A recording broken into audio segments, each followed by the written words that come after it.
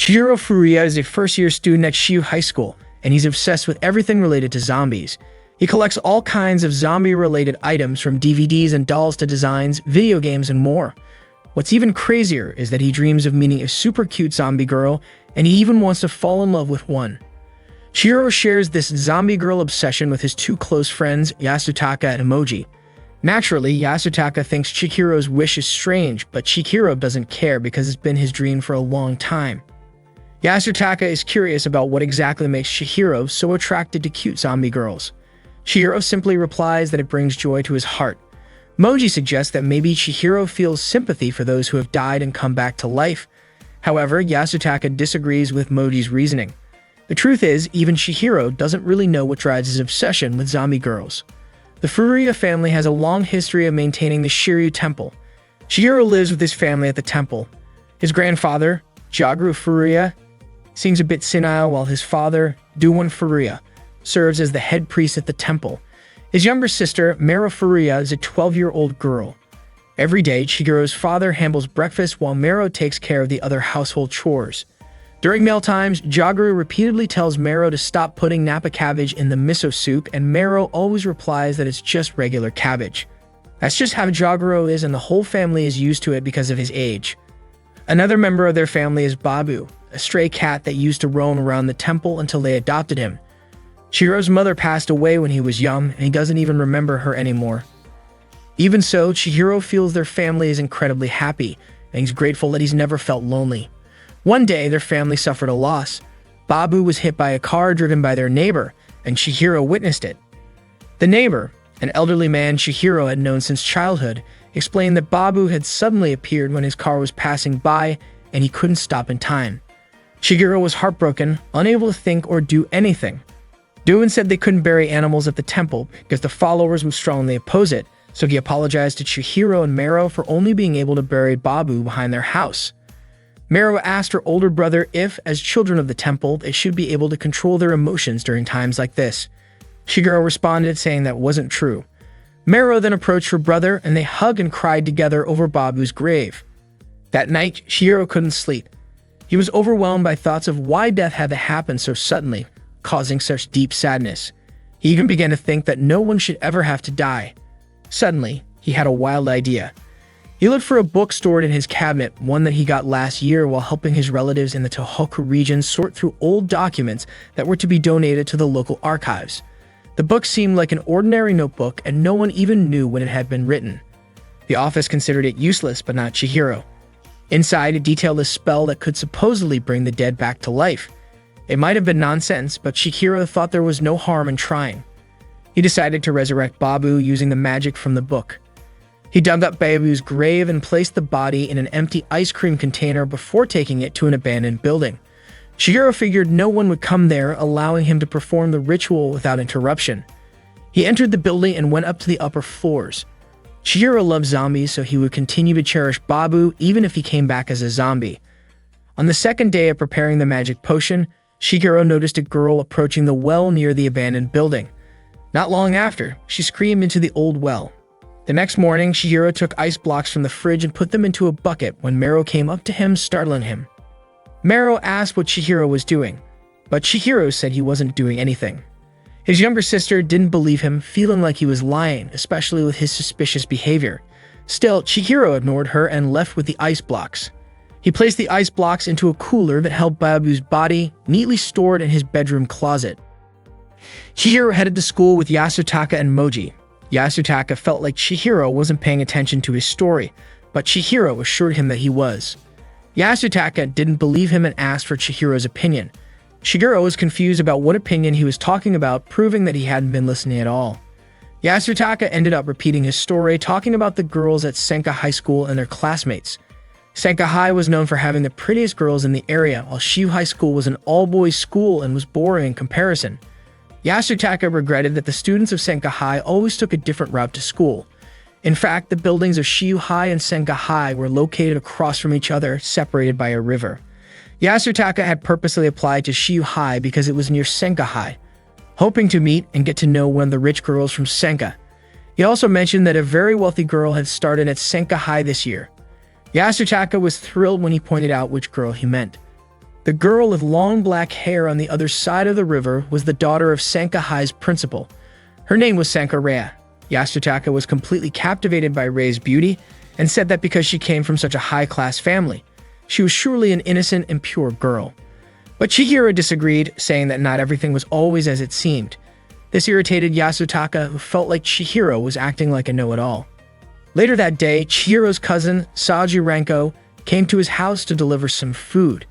Dune greeted her and mentioned that Mero would be home late today, so he thanked Ranko for bringing the food. Ranko asked where Chihiro was. Dune said Chihiro was in his room, mentioning that since Babu's death, Chihiro always seemed tired and went straight to bed after school. Ranko went into Chihiro's room and woke him up, returning a zombie DVD she had borrowed from him earlier. Chihiro had completely forgotten that he had lent her the DVD. Ranko was surprised, especially since Chihiro had promised to come over to her house to retrieve it. Chihiro explained that he had been a bit busy, but Ranko wasn't convinced and started pulling his hair in frustration. She stopped when Chihiro suddenly asked if she knew Sanka Rhea, a first-year student at Sanka High, since Ranko attended the same school.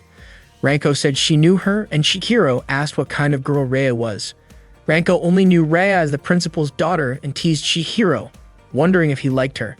She tugged on his hair again, and Chihiro, in pain, quickly denied liking Rhea, saying that Yasutaka was the one interested in her. Continuing to mess with him, Ranko was annoyed because she thought Chihiro had been upset about Babu's death, but it seemed like he was doing just fine. Chihiro, still in pain, pleaded with Ranko to stop. She threw him onto the bed, said goodbye, and reminded him to come to her house next week. Ranko borrowed another zombie DVD and left. Saju Ranko was Chihiro's cousin. Her parents ran a traditional Japanese restaurant, and she was a second-year student at Sanka High School. Even though she was only about half a year older than Chihiro, Ranko always acted like his big sister. On the second night of Chihiro's magic experiment, he began preparing the tools and ingredients needed to make the potion as described in the book. However, one of the pages was unreadable because it was stained. The page seemed to indicate that the necessary ingredient was some type of poisonous plant, but he couldn't figure out which one. Previously, Chihiro had tried using poisonous water hemlock leaves, but it didn't work. He was feeling pessimistic about his efforts, but decided to keep trying for a week. If there were no results by then, he would have no choice but to bury Babu again. Suddenly, he heard footsteps outside the building, so he went to check. It turned out to be Rhea, who was heading toward the well near the building. Once she reached it, Rhea screamed loudly into the old well, just like she had the night before, pouring out all her frustrations. Rhea cried out, wondering why she had to be born into the Sanka family. She just wanted freedom to come and go as she pleased with her friends. But because she was part of the Sanka family, she was never allowed to. Chihiro watched from the window above, sipping from a bottle of water. He was shocked when Rhea shouted that she wanted her father to stop taking naked pictures of her on her birthday to record her growth. Startled, Chihiro accidentally dropped his drink, which caught Rhea off guard. Chihiro tried to hide below the window, but Rhea had already seen him. They awkwardly met, and Chihiro felt really uncomfortable around Rhea. He tried to start a conversation, but suddenly, Rhea begged him to forget everything he had just seen and not tell anyone, saying she'd do anything he asked. Casually, Chihiro joked that he might spread what he had heard yesterday. Rhea was mortified to hear that Chihiro had actually been listening since the night before. She thought maybe it would be better if he hadn't said anything. Now she felt so embarrassed that dying seemed preferable to living. She wished she could die and be reborn as someone else. Chihiro was surprised that even someone from a rich family like Rhea could have such problems. He told her it was normal for someone to go to a quiet place and scream as loudly as they could when forced to do things they hated in life. Rhea then asked if Chihiro had come there to scream too. Chihiro explained everything, and Rhea was shocked to hear about the magic to bring someone back from the dead. She asked if that was even possible. Chihiro couldn't say for sure, but he thought maybe the magic could turn someone into a wandering zombie. He was only trying to help bring Babu back, but now he wasn't so sure. Chihiro really wanted to see Babu running around again like he used to. He even started to think he was just forcing his will onto Babu, who might not even want to come back. But Rhea encouraged him, saying she believed that maybe Babu did want to be with Chihiro again. Rhea even offered to help Chihiro. Chihiro asked her if she really wanted to get involved with something so strange. Rhea explained that her father was obsessed with cleanliness, so they weren't allowed to have any pets at home. She really wanted to show love to animals. Chihiro didn't mind, and he also remembered that Rhea said she'd do anything for him. He jokingly told Rhea she could become a zombie, since she wanted to die and be reborn as someone else. But of course, Chihiro was just kidding. Reia's frightened expression made him laugh. Just as he suspected, Reia was easily tricked. Chihiro then warned her to be careful around guys, saying that bad guys might trick her when she's not paying attention. Reia responded by saying she didn't have a boyfriend, so she'd be fine. Chihiro teased her, saying only innocent girls would be proud of something like that. Reia then asked if Chihiro had a girlfriend, to which he replied that he didn't. Reia pointed out that Chihiro had no right to tease her when he didn't have a girlfriend either. Chihiro told Reia that he wasn't into living girls, he was only interested in zombie girls. Of course, Reia was shocked by that. Chihiro wasn't joking about this. Ever since he was a kid, he had been searching for a zombie girl, though it was obviously hard to find one. Reia stood up and asked Chihiro if he was ready to keep his word if she ever became a zombie. Chihiro was confused, but Reia smiled and told him to think about it before saying goodbye and heading home. Chihiro felt frustrated because he felt like she had outsmarted him.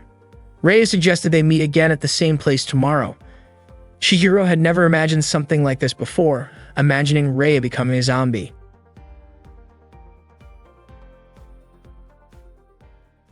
Reia and Chihiro met again the next day at the same spot. Reia was engrossed in watching a zombie movie on Chihiro's laptop, while Chihiro was busy preparing a magical potion for today's experiment. Reia seemed really interested in the zombie film and asked Chihiro why the zombies were tearing into their friends and eating them. Chihiro explained that this was simply how zombies behave, they attack and eat humans. Reia was surprised because it seemed like she was only just learning what zombies are. She also told Chihiro that she had never watched a zombie movie before. Chihiro intentionally brought a terrifying movie filled with gruesome scenes, hoping to scare Reia on her first watch. But instead, Reia became even more fascinated by the creepy zombie movie. Chihiro reminded Reia that she was supposed to help him make the resurrection potion.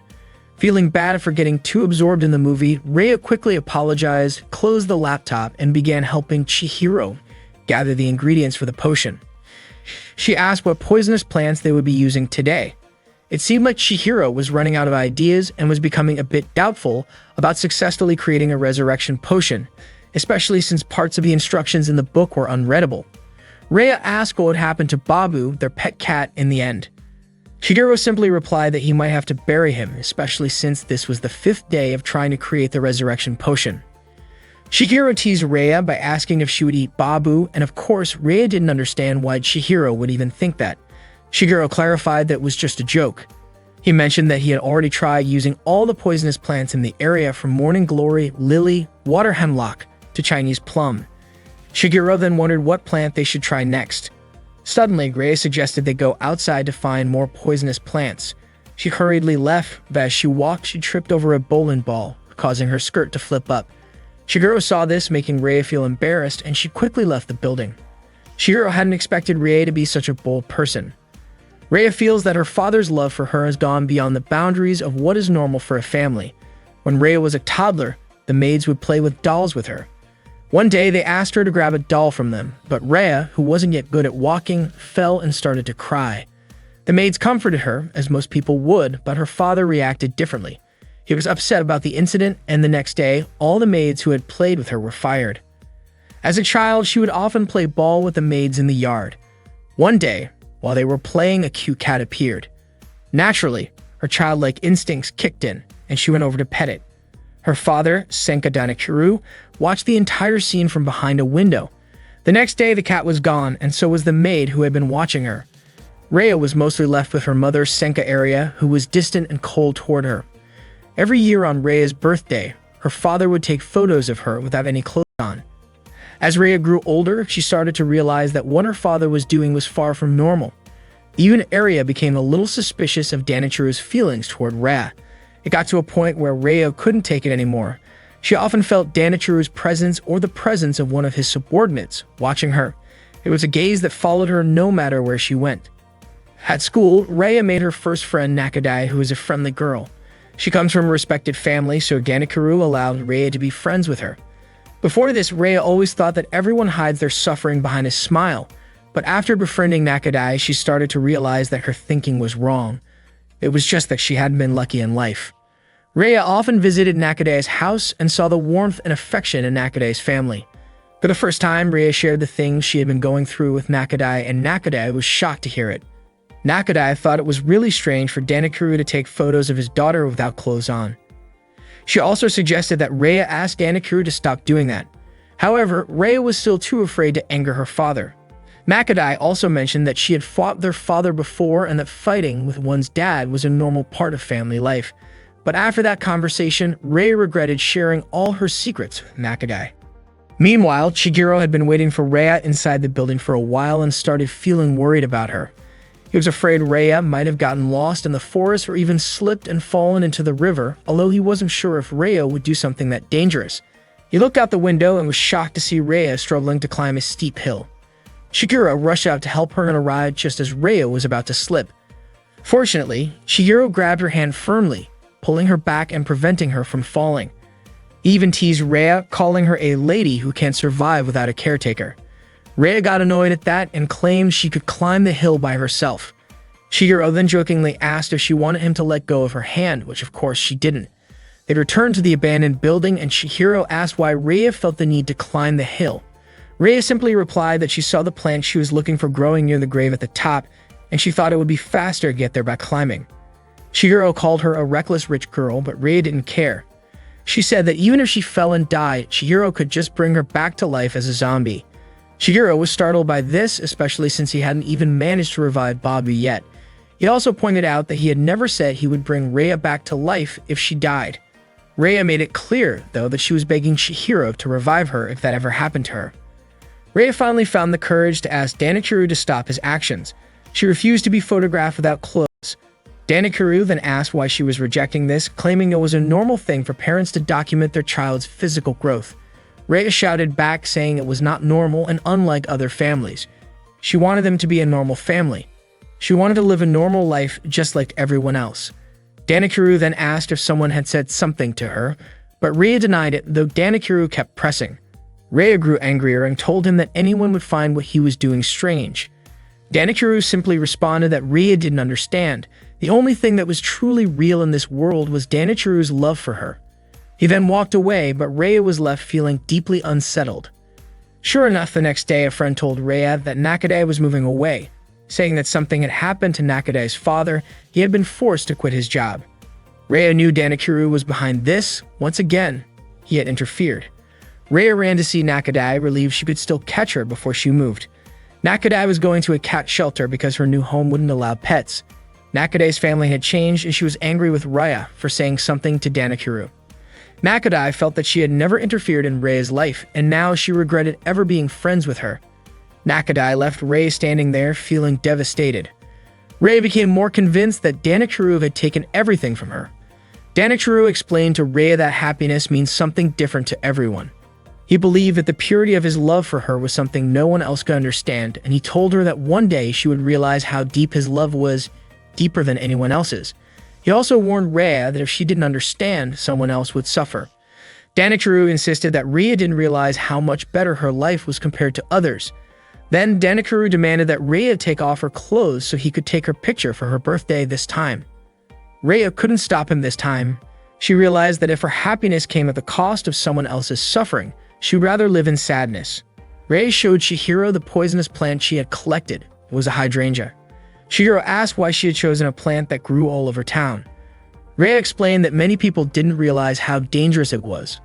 It was a symbol of her family, and she had many in their garden. Even when she was little, her father had warned her never to put it in her mouth. Suddenly, Chihiro remembered that his forgetful grandfather used to eat hydrangea leaves all the time. Rhea was surprised and wondered if the plant's effects vary depending on the person. They decided to try it out. Chihiro crushed the hydrangea leaves into his potion mixture, and after adding all the ingredients, the potion was ready to test.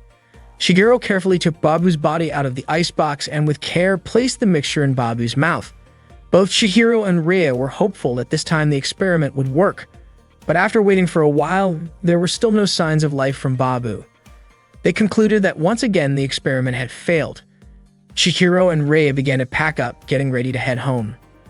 Rhea asked what other poisonous plants they might try tomorrow, but Chihiro refused. He felt sorry for Babu, saying he couldn't keep forcing things for his own selfish reasons. He decided it was time to bury Babu, and Rhea agreed. Chihiro thanked Rhea for helping him, and Rhea nervously asked if they wouldn't meet again at this place, but quickly got embarrassed and said goodbye before heading off. Shigeru noticed that Rhea was walking with a slight limp.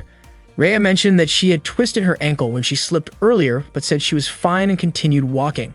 But Chihiro, worried, ran up to her and lifted her onto his back, much to her surprise as she shouted in shock. He then placed her on the back of his bike and asked her to hold the icebox with Babu's body inside. As they rode, Rhea's mind wandered, wondering why she had been born into a family so different from others. She longed for a normal life, to laugh freely like everyone else. She wished she could be born again and find freedom. If that wasn't possible, then maybe it would be better to just die. Rhea asked Chihiro to stop the bike near a tunnel not far from her home. Shigeru, confused, asked if her house wasn't up the hill and offered to take her all the way to the front door. But Rhea refused, explaining that she never used the front entrance. She planned to sneak in through a secret door hidden in the bushes, and fortunately, her father hadn't grown suspicious yet. Shigeru wondered how terrifying Rhea's father must be. Before leaving, he reminded Rhea not to be late for Babu's funeral tomorrow, and she agreed. Rhea slipped through the hydrangea bushes, and Chihiro continued on his way. Little did they know, Ganekuru was watching them from afar through binoculars. When Rhea reached the back door of her house, Ganekuru called out to her and immediately slapped her across the face. Ranko was soaking in Chihiro's bathtub when she suddenly heard the sound of Chihiro's bike stopping outside. She greeted him from the bathroom window, catching Chihiro off guard. Shocked, Shigeru asked why Ranko was in his bathroom. Ranko casually responded that she was just returning his DVD. Annoyed, Chihiro questioned why Ranko was using his family's bathtub like it was her own, but Ranko reminded him that since they were cousins, it wasn't a big deal. Ranko then started interrogating Chihiro, asking where he had been this late at night. Chihiro made up an excuse, saying he went to the store to buy ice cream and took a short break by the river. Ranko found his explanation odd, especially since Mero had told her that Chihiro had been going out every night since Babu died, always carrying that ice cream storage box with him. Chihiro continued to defend himself, claiming that he was just playing with a raft at the river. Curious, Ranko approached the ice cream box and demanded to know what was really inside. Panicking, Shigeru begged her not to open it. Teasing him, Ranko asked if Chihiro's zombie obsession was starting to get the better of him, suggesting he might be doing something inappropriate with Babu's body. Ignoring Chihiro's pleas, Ranko opened the lid of the box and suddenly something jumped out. Shigeru was overjoyed. This meant his magic had worked and Babu was alive again. The event happened so quickly that Ranko didn't get a good look at what had come out of the box.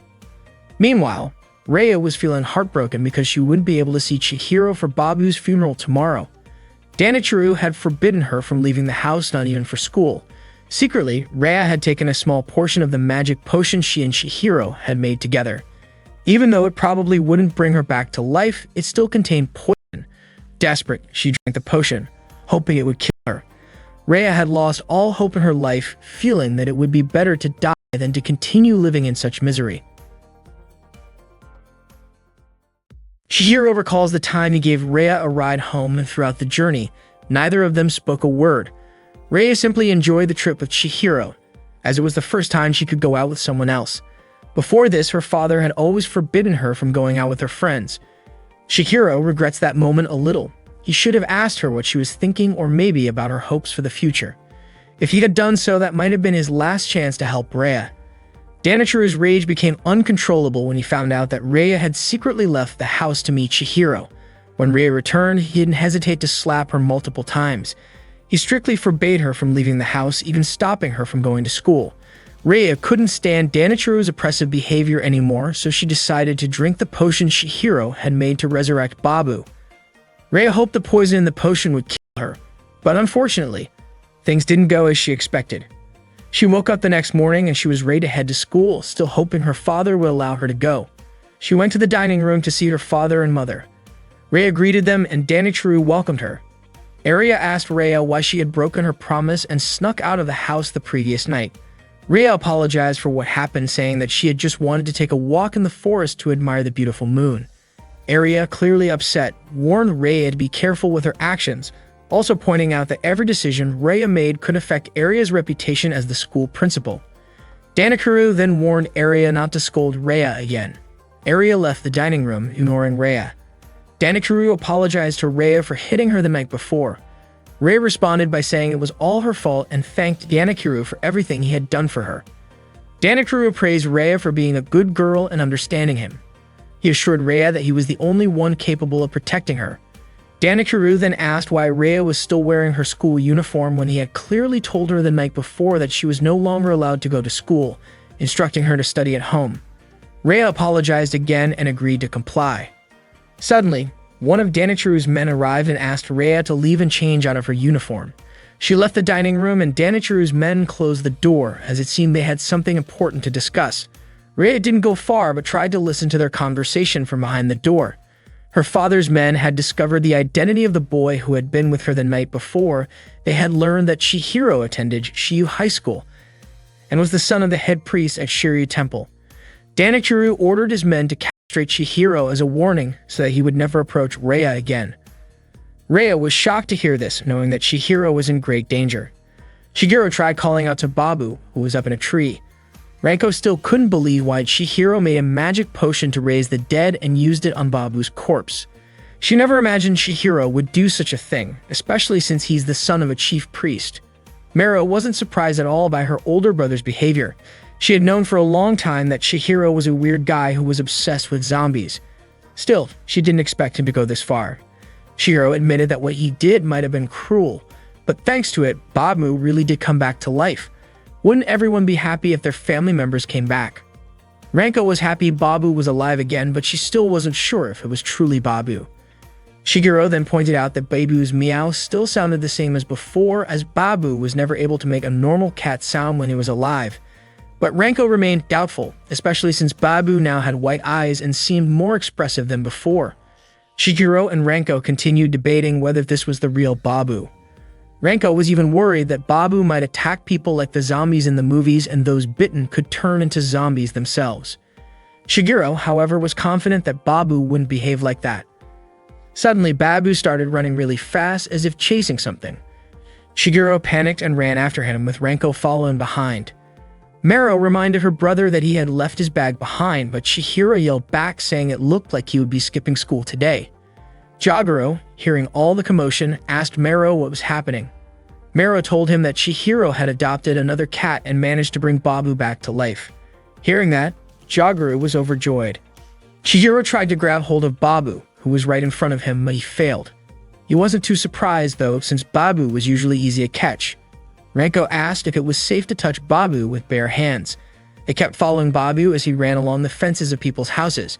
Chihiro told Ranko she should just head to school since she probably had sports practice, but Ranko said it was her duty as his older sister figure to keep an eye on him.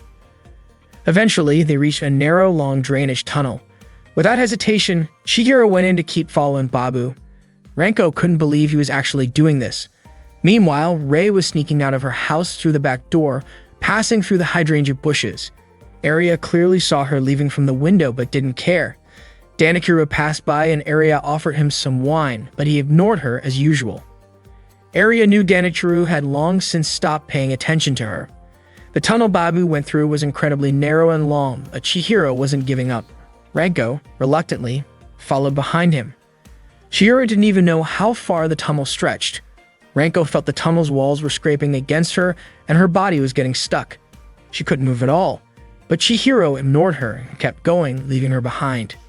Ranko was frustrated that Chihiro was so focused on Babu and didn't show her the slightest bit of concern. No matter how loudly she shouted, Chihiro kept getting further and further away. Whether he heard her or not, Ranko was furious and called him an idiot. Finally, Chihiro reached the end of the tunnel, which opened up to a lake near a forest below Rei's house. It turned out Babu just wanted to get a drink of water before continuing on his way. Near the school's baseball field, Yasutaka and Moji sat together looking out at the garden. Yasutaka asked Moji if he liked baseball, and it turned out Moji only enjoyed watching it. Then Yasutaka asked if Moji liked girls, and Moji responded with a similar answer, saying he only liked looking at them. Yasutaka, curious, commented that this might be why Moji hadn't made any progress and then playfully started tickling Moji. He poked Moji's chest, making him squirm with laughter. Yasutaka kept teasing him, asking if it felt good, while Moji just laughed, trying to hold in his giggles. Yasutaka seemed to enjoy messing with Moji, but Moji still didn't fully get what Yasutaka was trying to say.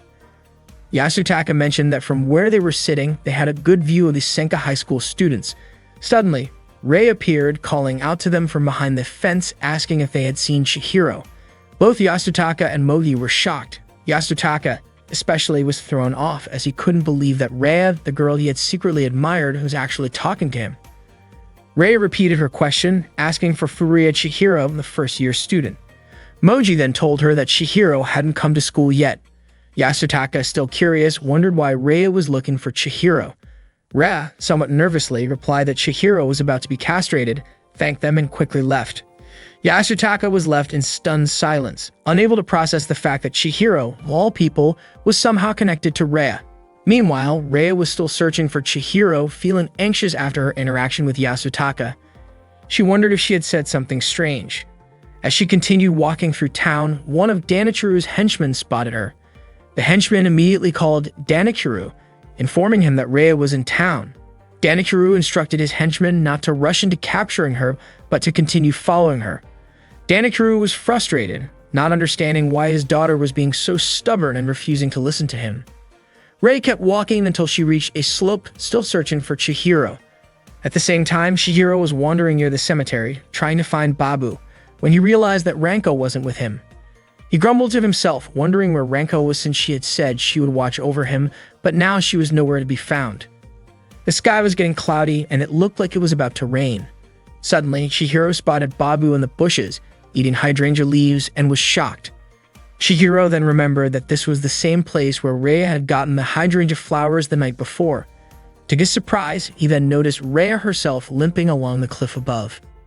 Rei thought Chihiro was waiting for her at the old building, so she was heading there, hoping to meet him again. She felt incredibly guilty and didn't want Chihiro to get into trouble with Danichiru because of her. Suddenly, Danichiru called out to her, asking where she was going. Startled, Rei turned to see Danichiru and his henchmen standing behind her. Danichiru calmly suggested that while it was nice to go for a walk in the woods, this was getting a bit far. Chihiro watched the entire scene from below, confused about what was going on.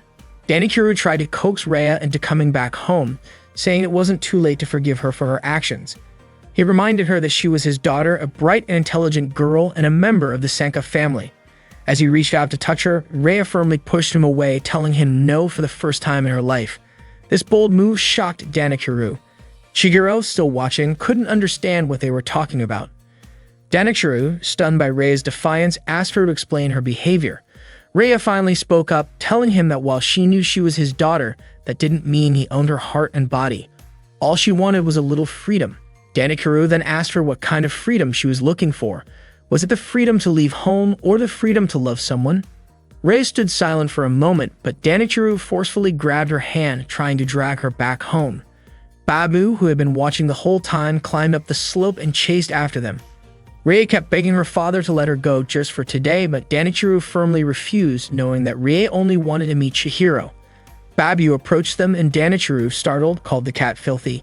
He became frightened, knowing that he was allergic. As Babu got closer, Danichiru tried to shoo the cat away, terrified his allergy would flare up again. Rei couldn't believe what she was seeing. She shook free of Danichiru's grip and rushed over to Babu, unable to comprehend that the cat had somehow come back to life. Danichiru shouted at her not to touch the dirty animal, but Rei ignored him. She knelt beside Babu, asking if Chihiro had perfected the potion or if perhaps the concoction he made last night really worked. Suddenly, Danichiru stepped forward and tried to whip Babu, but Rei quickly blocked the blow. The whip struck Rei instead, causing her to lose her balance and tumble down the slope. Danichiru panicked, unable to believe what had just happened. Just before she fell, Rei caught sight of Chihiro, but it was too late. Her body crashed onto a sharp rock and then tumbled into a patch of hydrangeas. Bloody, Rei died instantly. Danichiru stood frozen, utterly devastated by the sight of his daughter's lifeless body. As the rain began to pour down, soaking everything in its path, Chihiro rushed to Rei's side, overwhelmed with sorrow. He screamed, begging Rei to say something, desperate for her to still be alive.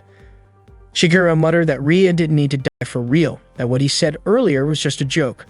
But now he realized Rei's request to be brought back to life had been more serious than he ever imagined. He broke down in tears, devastated that he couldn't save her. As he mourned, Babu approached Rei's body and began licking the blood from her hand. Just as Chihiro was about to walk away, he suddenly heard someone call his name. He froze, unable to believe his ears. It was Ra. Her lifeless body was rising, stumbling toward him, softly whispering his name. Shigeru stood in disbelief, unsure of what he was witnessing. He hadn't given her any resurrection potion. None of this made sense. Danichiru's men were equally stunned, unable to comprehend what had just happened to their master's daughter. They tried to calm him down, but even they couldn't explain what they were seeing. Rhea slowly approached Chihiro, reminding him that he had promised to take responsibility for her. She then embraced him, her grip gentle but firm. Babu wagged his tail, clearly happy to see Rhea back on her feet once again. Danichiru saw Rhea in his dream covered in blood as she stood up again.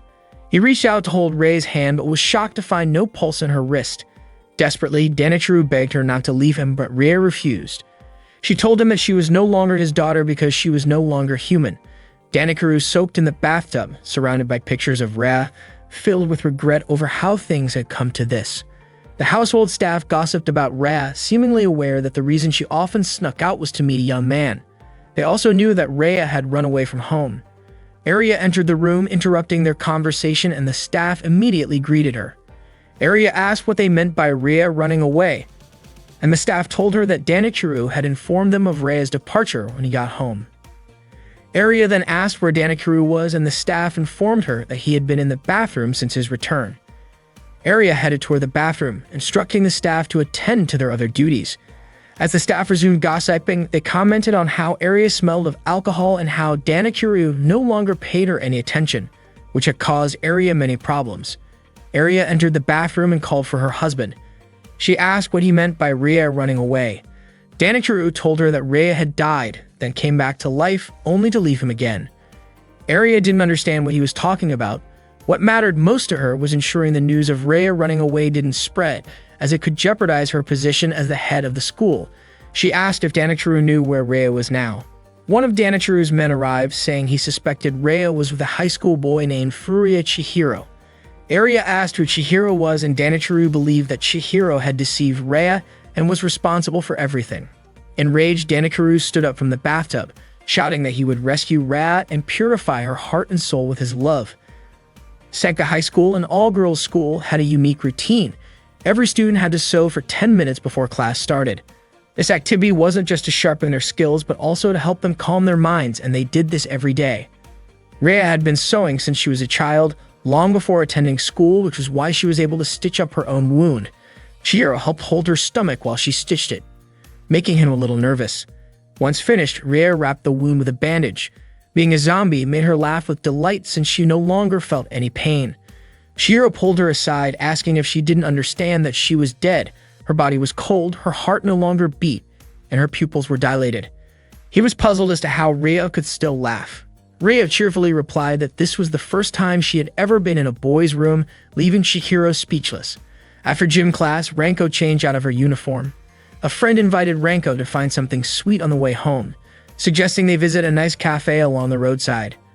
However, Ranko declined, explaining she had other plans. She was still upset at Chihiro for leaving her in that small tunnel while chasing after Babu and vowed to get back at him. She accidentally mentioned that she would strangle him, which confused her friend. Ranko brushed it off and quickly left. Rhea was enjoying the evening view from Chihiro's bedroom window, the air feeling cool after the rain. Shigeru was confused, wondering if Rhea planned to stay the night in his room or even stay forever. He glanced at Rad, noticing her slightly open back, and then got nervous when she asked if he could see her. He quickly replied that he didn't see anything. It turned out Rhea was pointing out that Babu was sitting on a tree branch. Shigeru felt relieved as he had been worried about Babu. He called out to Babu, and when Babu turned, his black eyes had returned to normal ever since eating the hydrangea leaves. After hearing Babu's meow, Rhea mentioned that something seemed odd about Babu's nose, wondering if he was okay.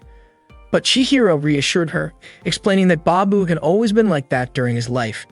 He had even been taken to the vet, but they said it couldn't be cured. His meow sounded like that, which is why he was called Babu. It seemed like Babu didn't understand how much Chihiro worried about him. Babu meowed again, and Rhea said that Babu was saying the tree felt really comfortable. Chihiro was shocked that Rhea could understand what Babu's meows meant. Rhea explained that she just had a feeling Babu was saying that. Chihiro started wondering if they had some special zombie language. To him, Reia's personality hadn't changed at all since becoming a zombie. Reia then asked if something was wrong, and Chihiro said it was nothing. Reia teased him, asking if she should act more like a zombie, and then began mimicking one. Chihiro stayed silent, honestly thinking Reia was already beautiful enough as she was. He asked her if she had any regrets about becoming a zombie. Reia said she didn't regret it at all because she believed Chihiro would take responsibility. Chihiro asked her what kind of responsibility she had in mind. Reia requested that he take her shopping, visit art galleries together, or watch zombie movies with her. She had so many other requests like going to amusement parks and other places. Reia just wanted to experience the life of a normal girl, something she had never been able to do. Chihiro found it strange that although Reia was a zombie, she wanted to live a normal girl's life. Reia asked if that was weird or if Chihiro couldn't do those things with her. She grabbed Chihiro, causing him to feel a bit of pain. Reia's strength was truly incredible this time. Reia then tried to move her face closer to his, intending to kiss him, but her attempt was interrupted by Ranko's shout from outside Chihiro's house. Ranko yelled for Chihiro, telling him to come out. Chihiro looked out the window and saw Ranko, who was mad at him for leaving her earlier that morning. Ranko seemed to notice someone in Chihiro's room and asked if there was someone with him. Reia quickly hid again. Chihiro said he was alone in his room. Ranko was about to head up to his room, but Chihiro stopped her and asked to talk outside.